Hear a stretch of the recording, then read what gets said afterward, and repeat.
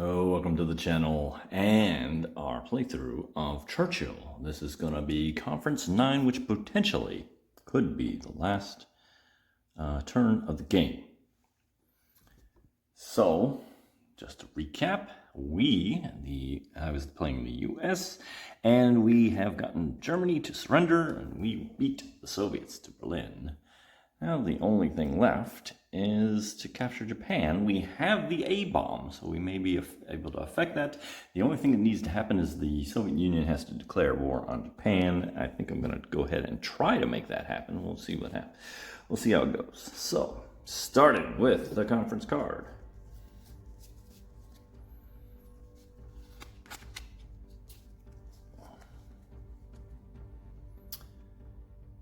Number 9, Yalta, Argonaut, codename, February 45. And this is version C, so this is very different. The British, Burma Road. They must place one production in the CBI theater. Right there, and put that as a reminder. Soviets. Manhattan Project aspiring, place A-bomb research in the conference table on the Soviet track equal to 1d6. Yeah, it still counts, even though they both reached the top of this thing. I think we just have to, Okay, so 1d6 for this.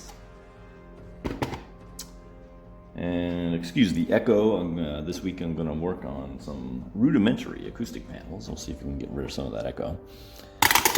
But that is going to go on the 1. Almost not worth it. Where are the Soviets? And oh, check this out. I didn't even realize this would happen. Roosevelt dies. Wow, Truman, replaced with Truman if it has not yet recorded. Okay, well. Bye-bye, dude. And you were replaced. All right. We have Iwo Jima. Place one Japanese reserve in the Central Pacific Theater, which it was probably going to do anyway, but oh well. And go right there. Well, you didn't get to see the die roll, and I didn't have the camera on as I was doing this. Always check to see if you're recording, right? And I did the partisan dispute. I rolled a 5, so there's no effect. Trust me, you trust me, don't you? All right. So that is into the card. The end of the conference card part. Now we need to shuffle our decks because it is turn 9 and deal out the cards.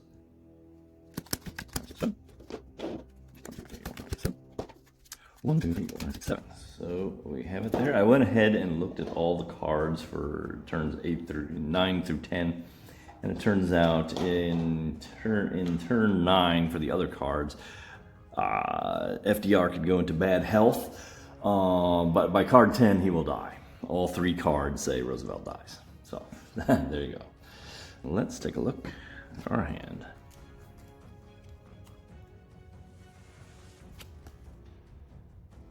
These guys have become fairly familiar by this point.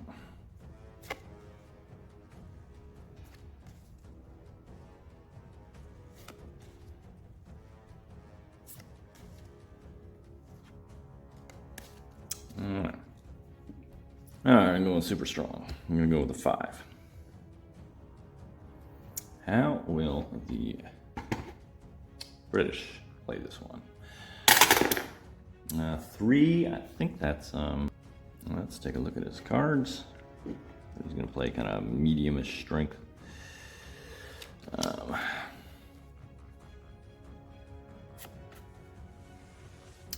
Seen him a couple times. Same with him. No surprises now. He's the guy I usually throw away to play Churchill.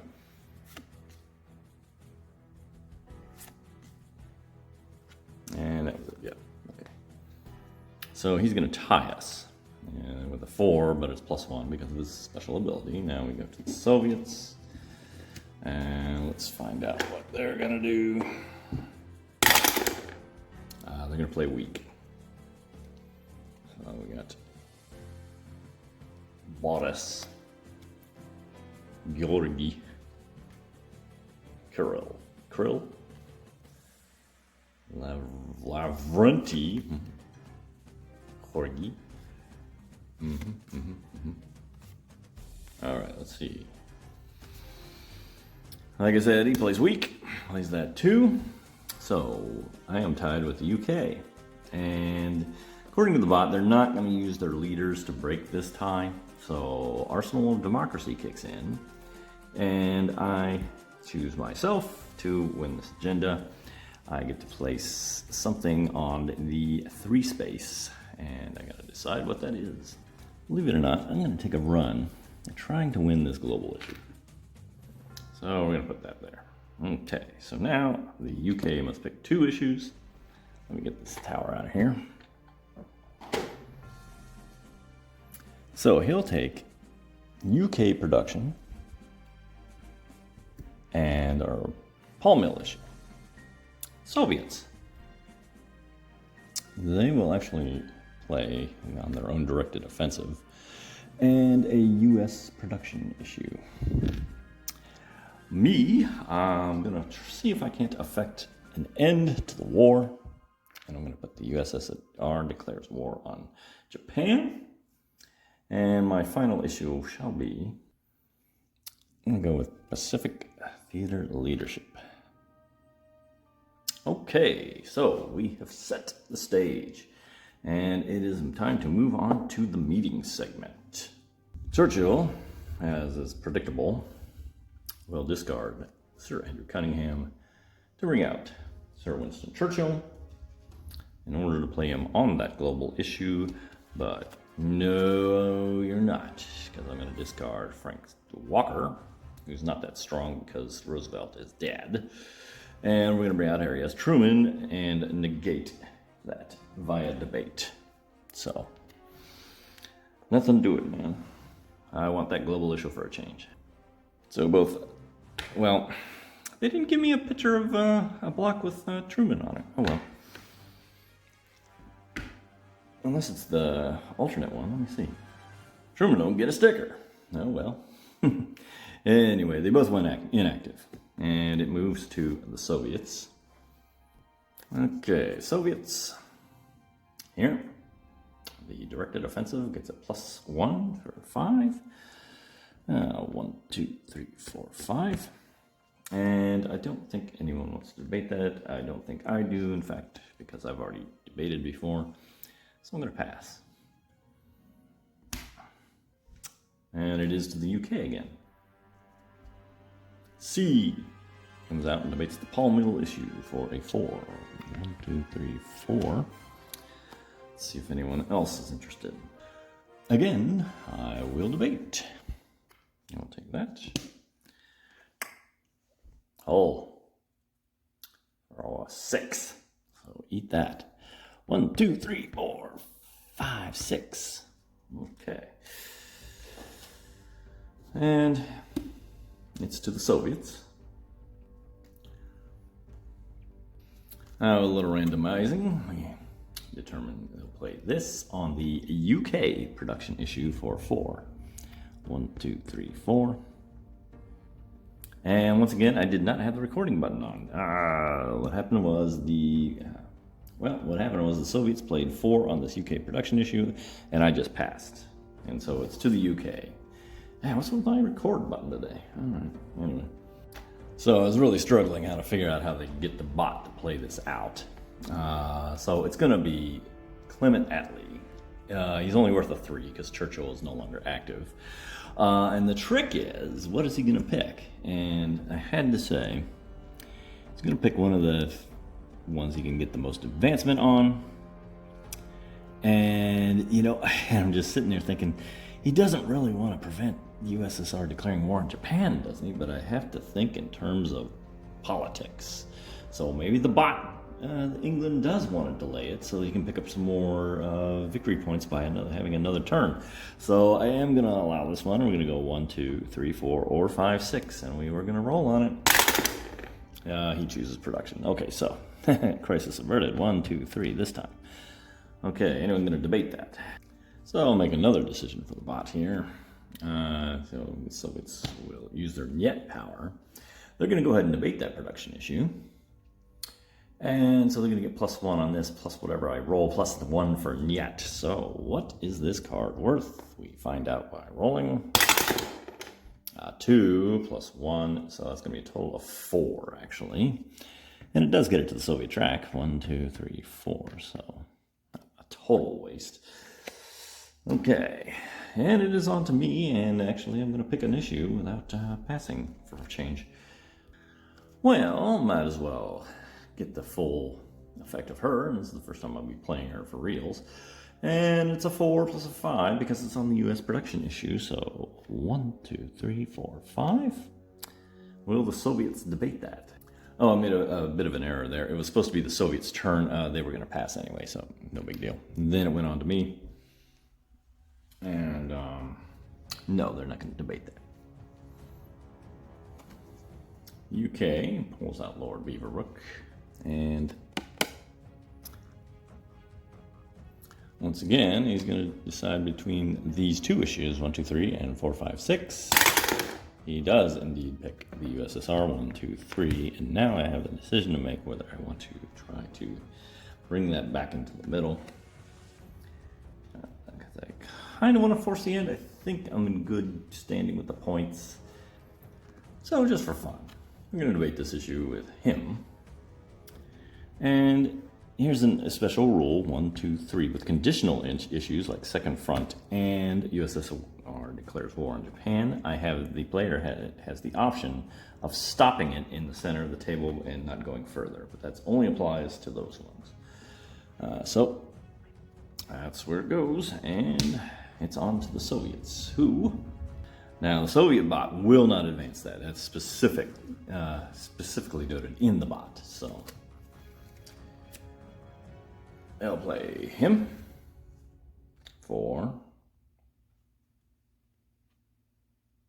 3 on the Pacific. 1, 2, 3. I will not debate, as I need to pass.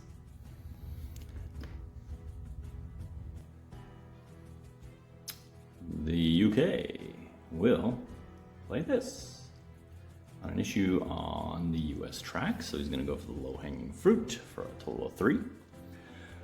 1, 2, 3, and it does get on his track. He had a really weak hand this time, I gotta say. He is not doing so hot, and I suspect the Soviets would debate that. And the answer is yes. It's going to be worth 4. It's normally worth 3, but we have the Niet power. So 1, 2, 3, 4, and suddenly the Soviets are in the driver's seat for this conference. It is to me. And I'm going to go for that Pacific Theater leadership with 4. 1, 2, 3, 4. I'm not so strong on the cards either. Amazingly, though, the Soviets will not debate it. They can't get it to their track, so they're going to leave it alone. And we're finally to the UK's final card play. 5, I think, yes. That is their strongest card. UK production.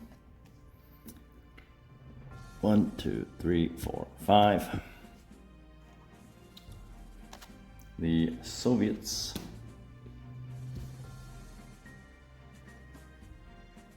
screwed up there. The Soviets would have passed, then it would have gone to me, and yes, they could have debated Pacific. Like I said, okay. Yeah, I forgot about the Soviets pass there. And for some reason, they have 2 cards. I'm not sure how that happened. And then so it is to the Soviets. They are going to play this card, which doesn't do them much good. So they're going to end up moving one of these to the center. Let's go 1, 2, 3, 4, 5, 6.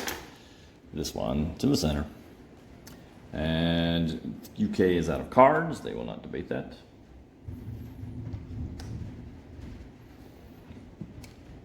I almost want to debate that just for fun. Hang on. Yeah, there's really nothing for it, so we'll just go ahead and debate it. This is my last card. And I'll pull it over here, but that's not going to do me much good because now the Soviets has one more card. Ooh, listen to that lightning. Okay, so They're going to play their last card. And it makes no sense to play it on the A-bomb issue because they've already won it. So they're going to steal from me. And the question is, what will they steal? They'll steal 1, 2, 3, or 4, 5, 6. 6. They'll steal the one I kind of wanted. Okay, 1, 2, 3. That is the end of the debate segment. And the Churchill is there with frickin' 0. I have 3 issues, and the Soviets have won this conference with 4 issues. And so they are going to win one of these. And it's actually all tied up on the conferences. Everyone has won 3 conferences. How about that? Interesting. So, on to the decision segment. All right. Directed offensives, only 1. Gotta put it here. All right. What is it? Conditional issues? Yes. Center of the table. Okay, so we have declared war on Japan. And let's see how that works out. Production. All right, we have 1 production issue. We own one of the UK's, and we're going to hand it over to us. Okay. The other one is this. It doesn't matter because it's mine. And we'll get rid of those. Everyone's going to have the normal accompaniment of production with the Soviets having an extra one for having the Arctic open up. Allocation. And first we deal with the British go first. They have no issues. They do have production. They're going to put it all, oh wait a minute, they're going to use 1. Well, first of all, they have to use 1 in the CBI theater because of the conference card, so we'll just convert that.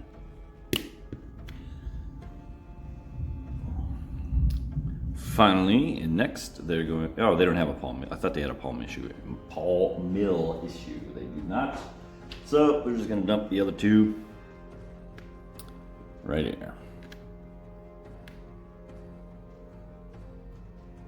The directed offensive didn't mean much because we were going to dump all these guys into Manchuria. And it finally comes to me, and I gotta think about this a little bit. Because I want to end the war and get Japan to surrender, but I also has got some juicy victory points here and here. So while I want this guy to advance, I don't care about this.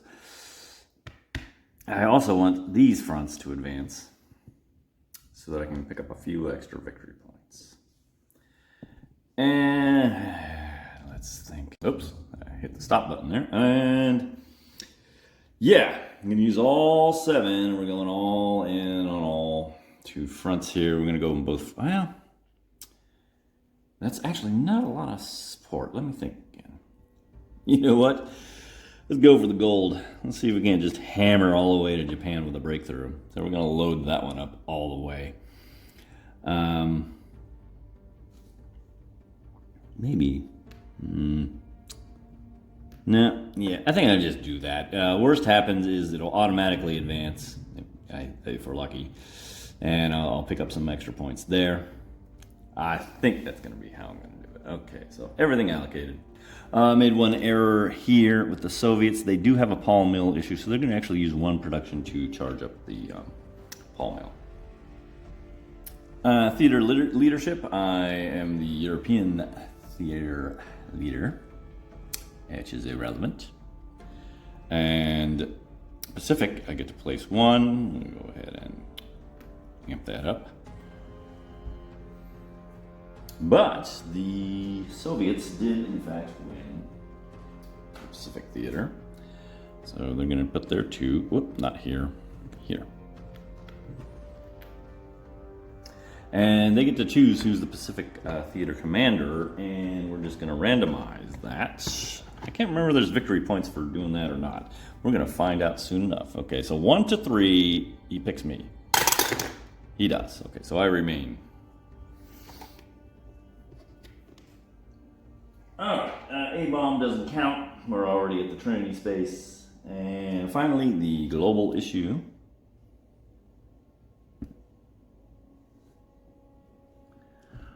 Do I want the United Nations or do I want to pull self-determination? Oh, that'll open up a lot of stuff. I'm gonna go with this. Why not? Okay, that is the decision segment finished. Let's get on to the war phase. First, starting with the clandestine networks. All right, where is he going to place some political alignment markers? We will do this randomly. Tutu. That is Austria up here. So he's going to negate that one. Okay. Placement number 2. 3-6. 3-6 is Maleo. Yes. One can go there for sure. And the last one will go to 5-4. 5-4 is Poland. And we will negate my one from there. All right. And I'm just going to take mine and put it right back. Okay.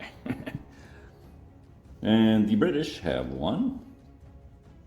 And they're going to cover Greece, where they lost a marker.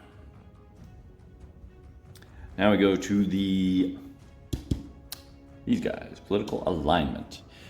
And they can't do it in the colonies here because of the colonialism that the Churchill has, and that is going to invalidate just about any other moves, so he cannot place. Because he does not have clandestine networks where they would need to be. That leaves the British with one, and I don't think they have a space either for it. They do not. Okay, well, that's easy enough. So, the randomness, it seems, works a little against the bots, I think.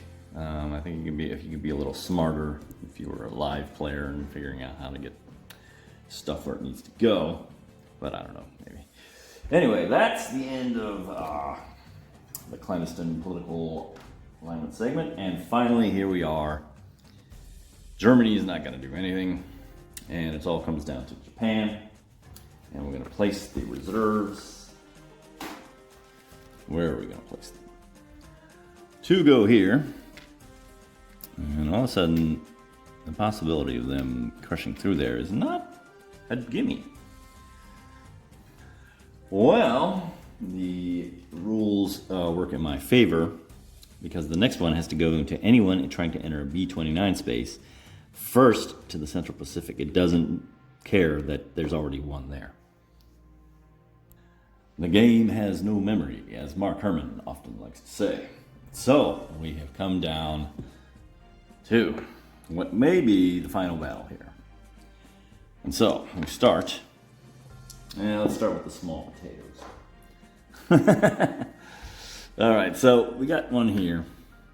And it's 2, 3, 4, 5, 6, 7, 8. So he needs an 8 or better. 8 or less, that is. 8. So he's up here. Oh, he does not go. You know, that would have been interesting if he'd made it through, but because that would have removed a whole bunch of Soviet, which would have a score impact, I do believe. Okay, so that's meaningless. We left them to flounder. That leaves Russia up here. We're going to take out 2 for the 2 armies that are Japanese armies that are opposing us, leaving the Soviets with a base of 2, 3, 4, 5, 6, 7, 8, an 8 or less. This is not a gimme, and this may force another turn if we roll bad. Nope, we made it. They made it, and now it looks like the war will definitely end on this turn. Double check, but I'm almost certain. That leaves this guy. And we piled it up. We piled it up heavy. Okay, so, sorry. Base of 2, 3, 4, 5, 6. Yes, 2, 4, 6, 8, and 10, 14 and 16, 18 and 20. That is, I think I loaded it up in such a way it doesn't even matter what I roll because it's plus 10 to the die. That is going to be a 12 right there. And we break through.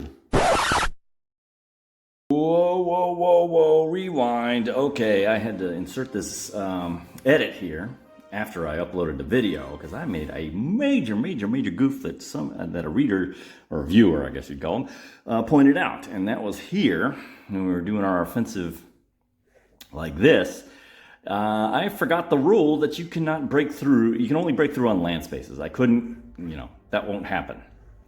So what would have happened instead is that we would have been here. That would have been automatic success for that. That actually does change the scoring something significantly. So that's the victory there. And so I'm going to go ahead and edit this out. It's an easy fix, but let's go ahead and recalculate this score. So first we start with 3 victory points per colony or country space with a political alignment marker in it. We got the Soviets here, and they have 1, 2, 3, 4, for a whopping total of 12. So does the UK. 1, 2, 3, and down here at 4, another 12. Yes, when I did the other calculation with the invasion of Japan, there's actually a number of things that actually caused me to lose this game. It may be very different as I do this score. But anyway, I have 5. 1, 2, 3, 4, 5, for a total of 15.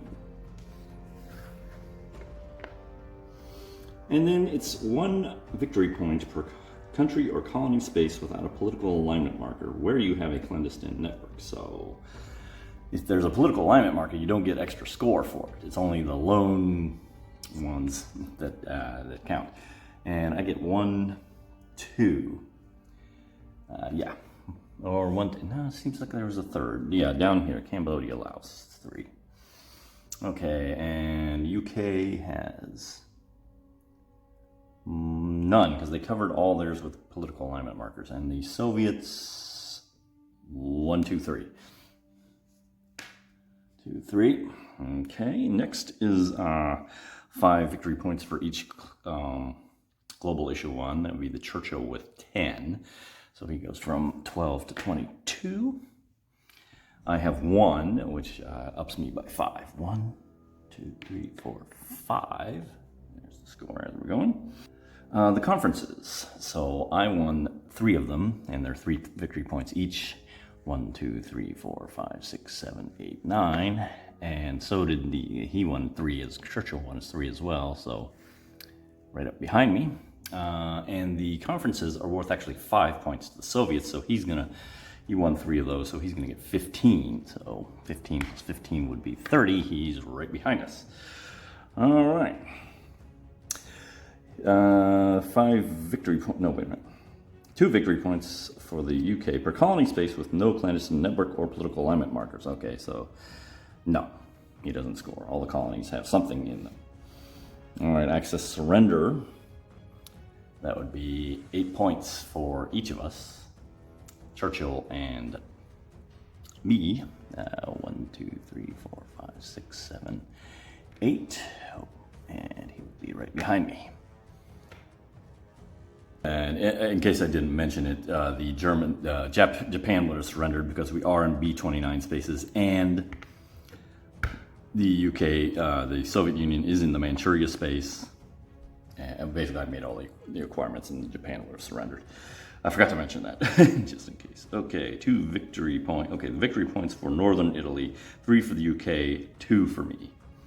So, well, 1, 2 for me, and 1, 2, 3, so he's tied up there. The Churchill gets 2 more because we entered central Italy before we went to Normandy. So it would have been reversed if we'd done Normandy first for me. I would have gotten the 2 points. 5 victory points for the USSR if Germany surrenders and is not occupied. Okay. Yeah. Nope, we beat him. We beat him to Berlin, so he didn't get any extra points. He does, however, get points for being in East Germany. 1, 2, 3, 4, 5. When Germany surrendered, we would have both gotten technology markers, so that's an extra point there. There is 5 victory points for me for, hang on.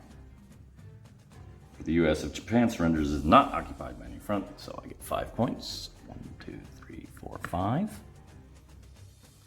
I also get 5 plus 2 points for each of those fronts. 1, 2, 3, 4, 5, 6, 7. And one thing that the US, the Soviets, and the UK could have scored is if inter-service rivalry, if one of these fronts was like more than one space ahead of the other, that would have cost me, well, it would have gained them a bunch of points. 5 points, as a matter of fact. That's a big one. Okay. The Soviets get 3 points for each step on the A-bomb track. And he got the full 12 points. 1, 2, 3, 4, 5, 6, 7, 8, 9, 10, 11, 12. But we get 3 victory points. The US and the UK both get 3 victory points because we developed the A-bomb. So 1, 2, 3, and 1, 2, 3. We also did these, I did these secret addendum markers, which give 5 points if you happen to have a political alignment marker in the country. I gave them to the bots and not to me, to not give myself an unfair advantage by knowing where they are. The England couldn't come up with any, but the Soviets did find one in the Middle East, so they get 5 points for that. 1, 2, 3, 4, 5. And that is actually the final score where I actually won. Now here, I'm going to play the video of what the score looked like when I didn't factor in the fact that I invaded Japan. And it made a huge difference. And so I'll play that video here. Well, that's it. I lose. Churchill wins. Okay, and so now we'll return to the regular, back to the edit ends here. How about that? Okay. What an interesting adventure this was. Okay, so there you have it. A complete 10-turn solo play of Mark Herman's Churchill. I really enjoyed that. I will go ahead, after this, I'm going to go ahead and put some final thoughts on here. I believe, so, semi-review, I guess. I try not, I can't really do detailed reviews. But there it is. Okay, so for anybody who's slugged it out for those 9 turns, I am going to say, you know what, the tournament scenario is 5 turns, and I think that's probably enough for both solo and, yeah, the 10 turn was quite a marathon. But yeah, I still enjoyed it, and it was fun watching all this stuff come out. But there it is. So, thanks for watching.